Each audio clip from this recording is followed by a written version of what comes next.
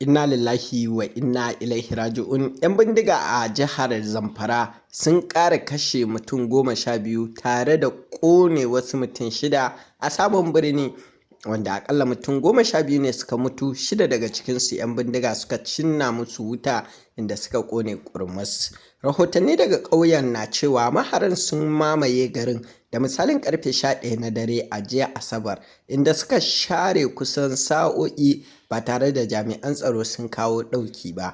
Wani mazaunin garin ya ce mutane 11 daga cikin waɗanda abin ya shafa sun mutu sakamakon raunukan harbin bindiga, yayin da wata mata da aka sani da Agada ta mutu bayan ta sha wahala a lokacin harin. A cewarsa an ƙona mutane 6 da ransu bayan da 'yan bindigar suka kewaye wani ɗaki da suka fake. Sun umarci waɗanda ke ciki da su fito amma sun ƙi. Daga nan maharan suka zuba musu fetur a ɗakin suka buɗe wuta a lokacin da waɗanda ke ciki suka yi yunƙurin tserewa ta ƙofar. Suka ci gaba da harbin su, an bar gawarwakinsu a cikin ɗakin. Mutanen ya bayyana cewa waɗanda suka mutun bayan da aka cinna wa ɗakin da suke ciki wuta sun haɗa da mai gidan Malam Wauru da aka sani da Malam Roro da 'ya'yansa maza 2 Okasha da Mujahid, wasu 'yan uwa 2 da aka bayyana sunansu da Safiyanu da Sani Shambami, da kuma wani ɗan gudun hijira da ya nemi mafaka a gidan.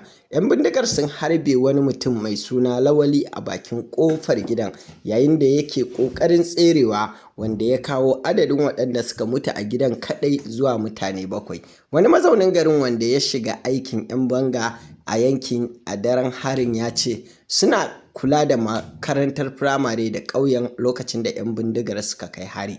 Maharan sun samu nasara kan 'yan banga a wannan hari bayan da suka ajiye ɗaya daga cikinsu ɗauke da bindiga da kuma ke buɗe wuta kan mai uwa da wabi, yayin da sauran ke shiga gida-gida wajen neman dabbobi da kayan abinci. Mazauna garin sun ce ba za su iya tantance ainihin adadin mutanen da aka sace nan take ba. Suna bayanin cewa duk da cewa an kwashe mazauna ƙauyen da yawa, wasu musamman ma yara daga baya 'yan bindigar suka saki. Mazauna garin sun yi kuka cewa duk da harin baya ɗaukan kimanin awanni 4 babu wani jami'in tsaro da ya kawo musu tallafi a wannan gurin. A nan muke addu'ar Ubangiji Allah ka zaunar da ƙasar mu lafiya, ka haɗa kanmu, ka ba mu shugabanni na gari.